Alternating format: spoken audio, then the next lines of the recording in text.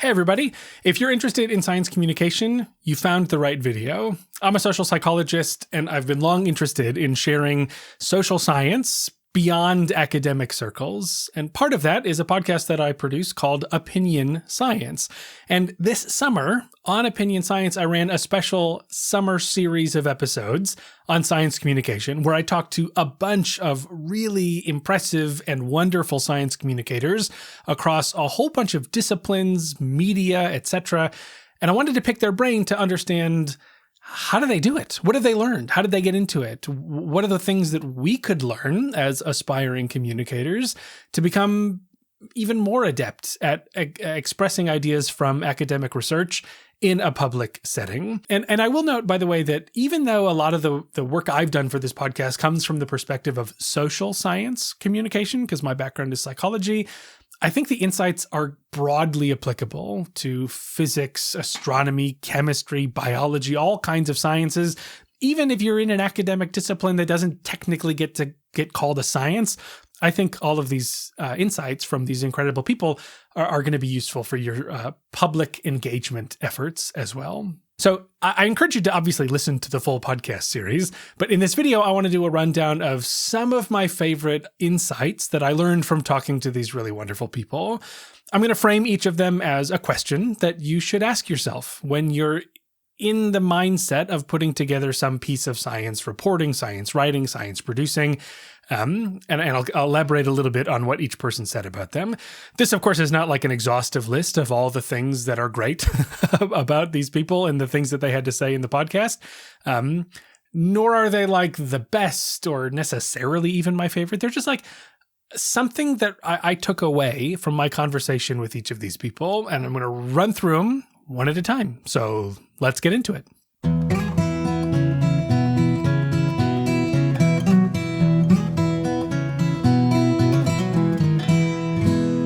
Okay, my first guest on the podcast series, which, by the way, was called Hot SciComm Summer, and if we do it next summer, it'll keep that name, I promise you.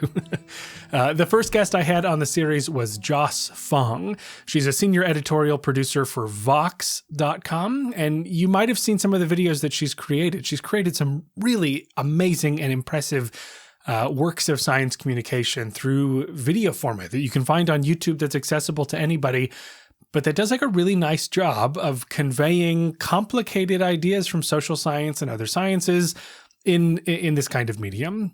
And one of the things that came up when we chatted was the question of whether stories are really that important. You definitely hear that kind of advice. Start with a story, grip them with a story, tell a story, link what you're talking about from science to some anecdote that people can connect to.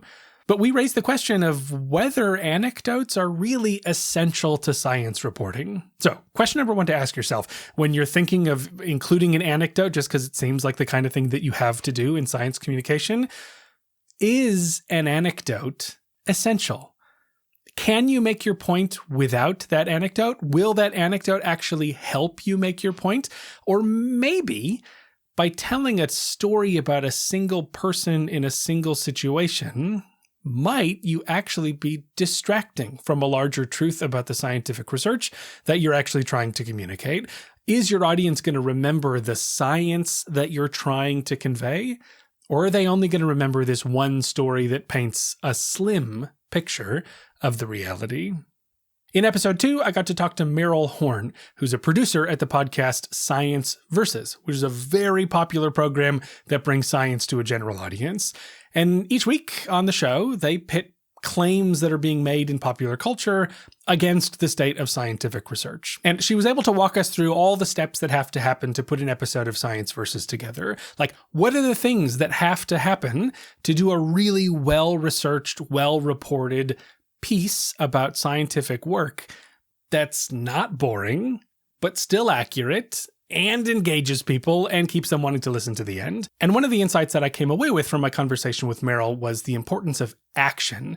So how can you add action to your science reporting? We are gripped by stories. Stories are things where one thing leads to another. Like that's what something has to happen for it to be a story. And she was like, studies talking about the experiments that teach us the ideas about science that we want to communicate. Those are great because inherently someone had to do something to figure something out. There's action involved in talking about the experiments that scientists have done. But you can add action in other ways, right? Like we can talk about neurons doing something.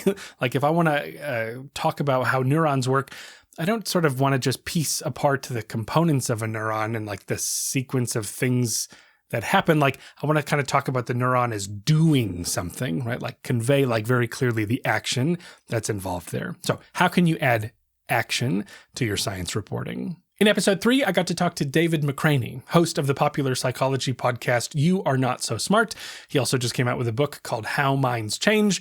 David has spent many years trying to convey to people the insights from psychology that teach us about what it means to be human. And one thing that I really took away from my conversation with David is this question of how can we connect this science to something that people care about? Science may not be inherently interesting to everybody. If it was, they would just go to the encyclopedia, read about science, and then we would be done with it. But instead, our job is to find reasons why people should care about the insights that we want to communicate. Like, ultimately, why should you care about what some psychologists studied 40 years ago? So what you can do is either raise questions that people are burning up to answer. He had a whole bunch of episodes in the early days of the pandemic about things like political polarization and vaccine hesitancy and why people refuse to wear masks out in public. And he sort of deconstructed those questions that were on everybody's mind from the perspective of psychological science. He's also done work where it's, classic ideas from social science, but connected to some story that reveals a deeper truth about what it means to be human. So finding those moments or those questions or those examples that really grab people's attention and interest all on their own, and then using that as a vehicle to get them to understand the science is a way to reel people in. Episode 4 is David Nussbaum, a social psychologist, founder of the organization Psychgeist Media, and who for a long time has been helping social psychologists write op-ed articles and land them in major outlets like the New York Times and Washington Post, etc. And his insight is similar to the one that I conveyed about David McRaney, which is, why now?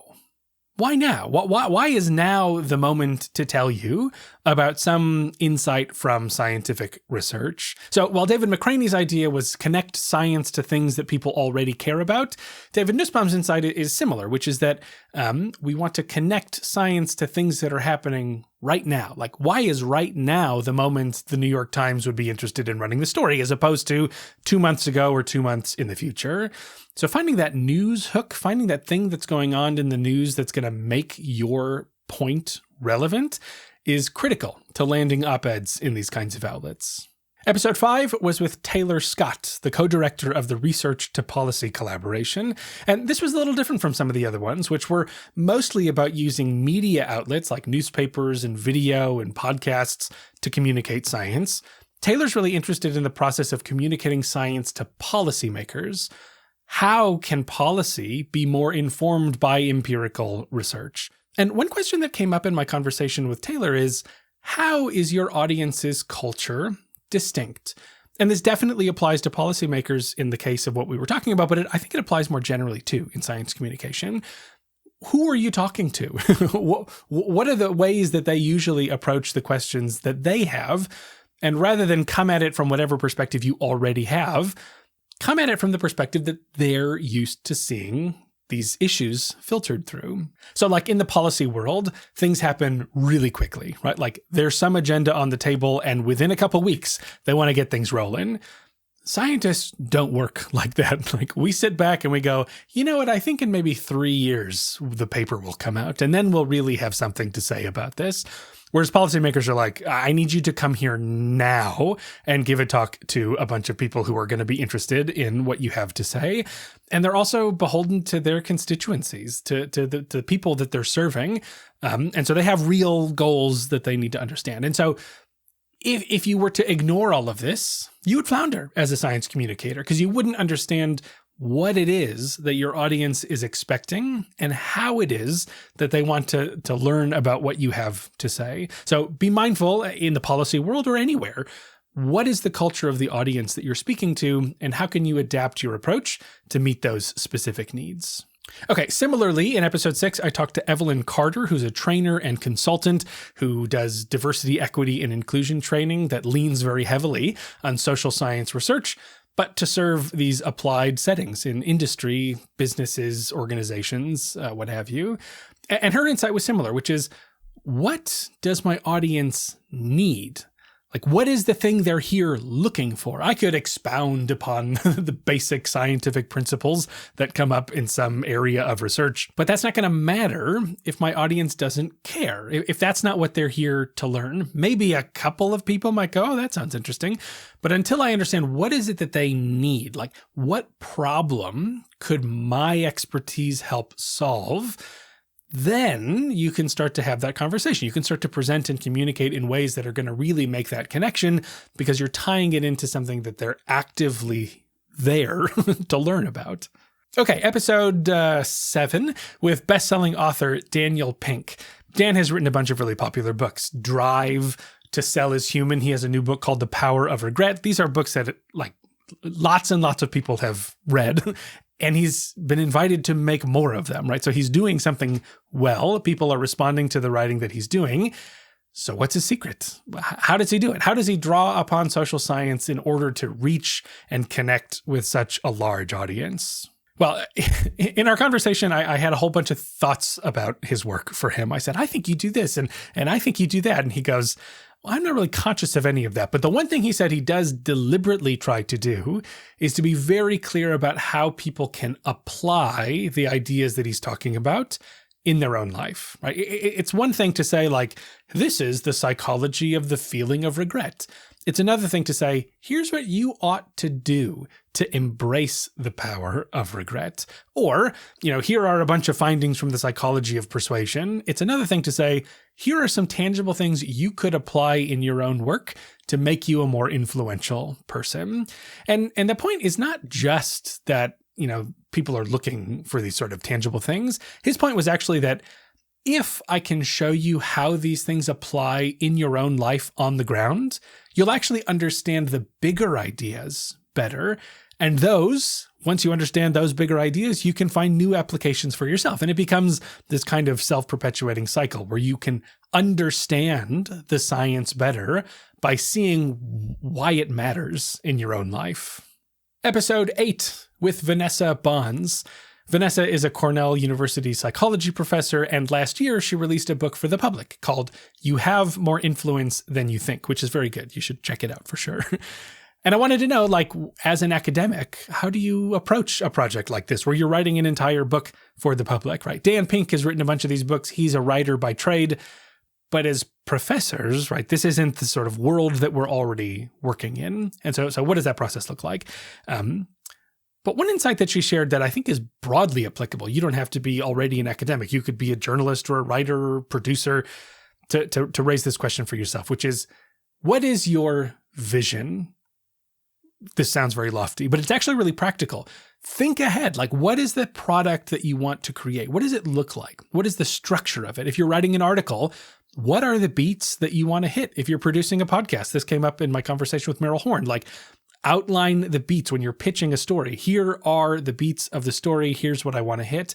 In Vanessa's case, she said that she wrote a very comprehensive book proposal, which sure helped her sell the book, but also helped her write the book. Because once she had a very clear idea of where things were headed, what every chapter was going to do, what ideas each chapter was going to cover, when it came to actually writing the book, it was really a process of taking that proposal and fleshing it out into a fully fledged book. You're not constantly wondering, I guess, I don't know, I'll write chapter 8 today, and what will that be? No, you have a proposal. You thought ahead. You were thoughtful about this. And so taking a very prospective approach to these things can be helpful in terms of clarity when you're communicating complicated ideas on the page, through a podcast, through video, any medium, really. Episode 9 with Jesse Thorn. Here's a departure. Jesse is neither a scientist nor really a science communicator, but he's definitely a journalist, a communicator. He's a radio producer and radio host. He hosts the show Bullseye with Jesse Thorn on NPR, where he interviews people from popular culture, sports stars, comedians, actors, musicians. This is his wheelhouse, is interviewing people. And several years ago, he hosted a series of interviews with interviewers to understand the art of interviewing. And so I wanted to interview him about interviewing and get his take, because a lot of science communication these days is through these kinds of long-form interviews. You see lots of podcasts popping up, my own included, where you're really listening to someone interview behavioral scientists, experts, people who know what they're talking about in the world of science. And so how do you do that? How do you approach constructing an interview? And so a question that comes up when I talk to Jesse is this question of preparation. And to apply this to your work going forward, you might ask yourself, how can I be prepared to get loose? Because his whole point is like, yes, you have to prepare. You have to know your subject. You have to do some reading, watch what they've done, maybe even write out questions for yourself. But all of that work is not to produce the list of questions you'll ask this person. All of that work is just to be ready to have a loose conversation with them, right? That piece of paper with your questions on it, maybe and hopefully will get thrown in the trash 2 minutes in. And the actual authentic experience will be talking to this person as a curious interviewer, not as someone who's just trying to get their questions answered. So how can you be prepared to get loose? And this may have implications in other forms of science communication as well, but particularly for the interview, I think it's a good one to keep in mind. All right, episode 10 with Kurt Nelson and Tim Houlihan, who are the hosts of the podcast Behavioral Grooves, which primarily interviews behavioral scientists, but also folks who work in the field and apply behavioral science principles to the work that they do. So what they're really trying to do on Behavioral Grooves is take these insights from behavioral science and give them to the public in a way that they might find useful. But instead of highlighting their thoughts on the craft of interviewing, like I did with Jesse Thorn, I actually want to highlight something they said about the craft of being interviewed.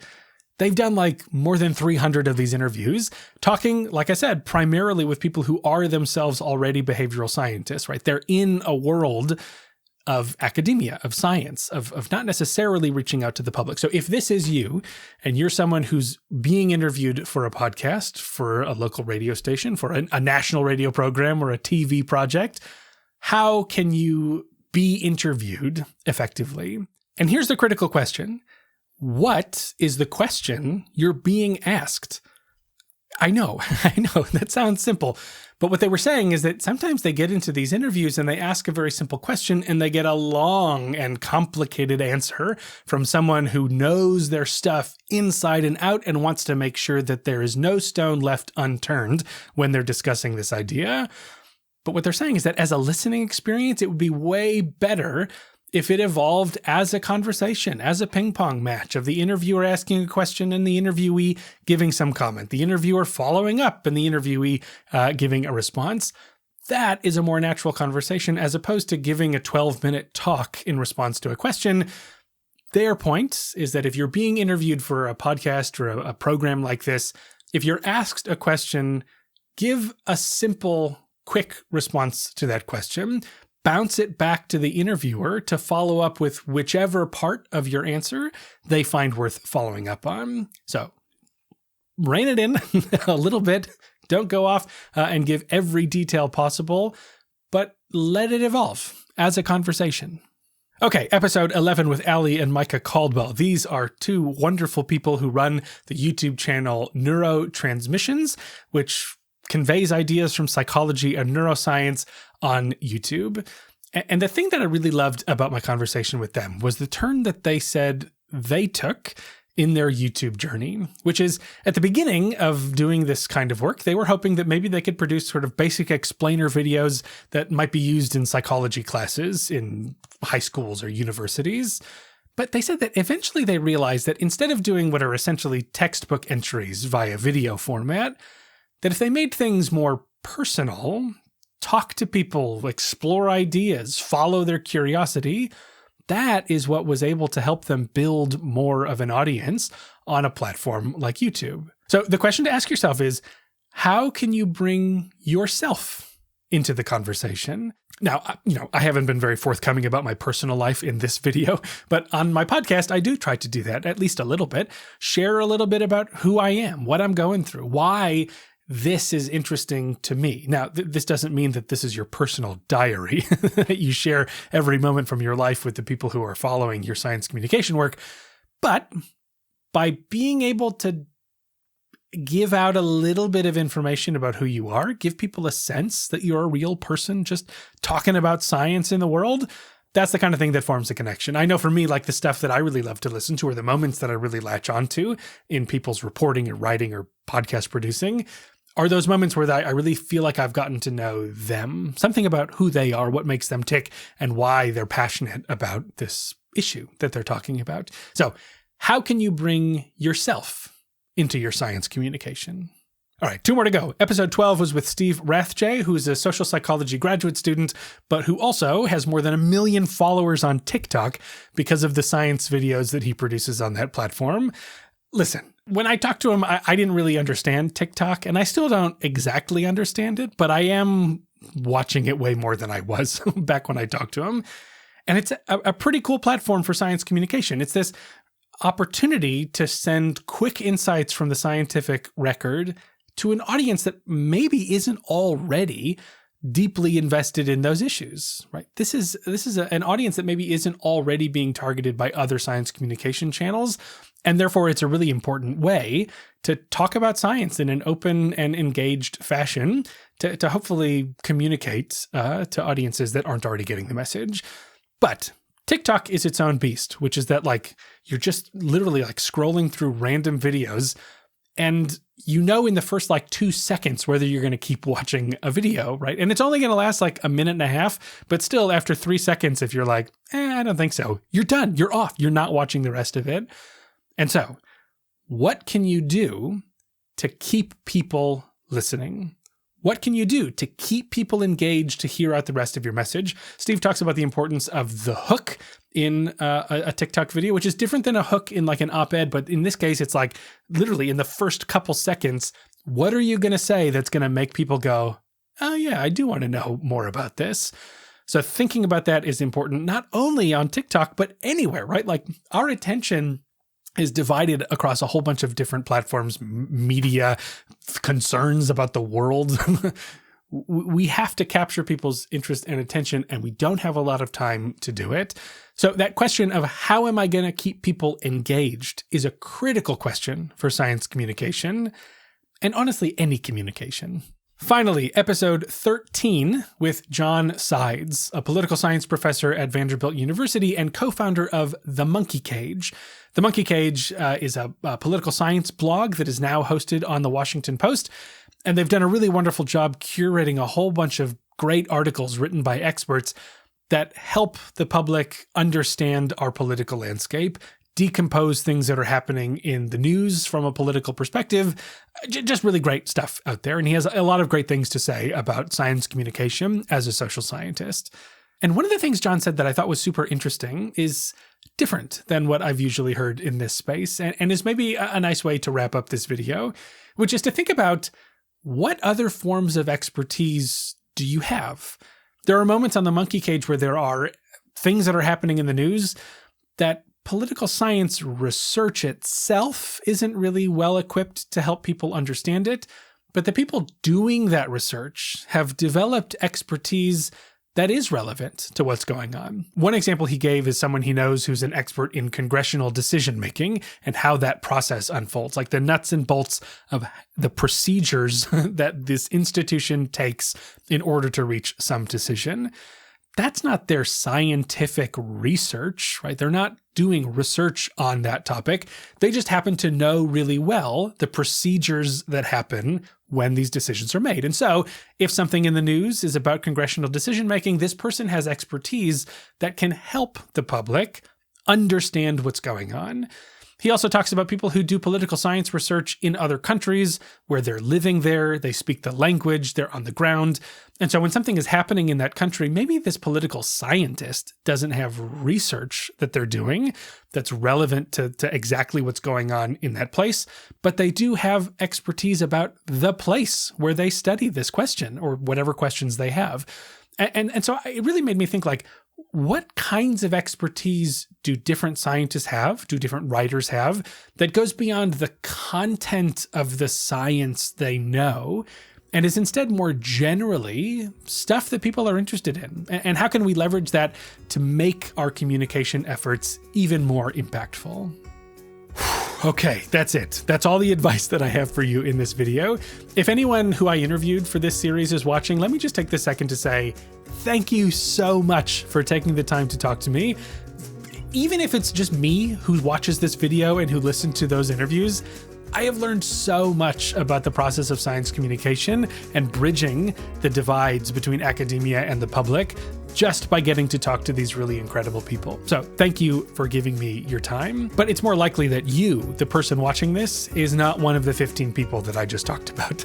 And so whoever you are, I really hope that you've gotten something out of this video. And if any of this piqued your curiosity or you're interested in science writing or science reporting, either because you're a journalist and you want to get into the science space, or you're a scientist and you want to get out into the public and share insights from your own personal research agenda, or from the field that you've come to love so much, I encourage you to go to opinionsciencepodcast.com and go to the page for the Science Communication Summer Series. You'll see all the episodes in this series listed there. You can listen to all of them, get links to the people that I talk to and all the work that they do and the books that they've written and the wonderful things they've produced. And, you know, while you're there, you might as well subscribe to Opinion Science and listen to all the episodes.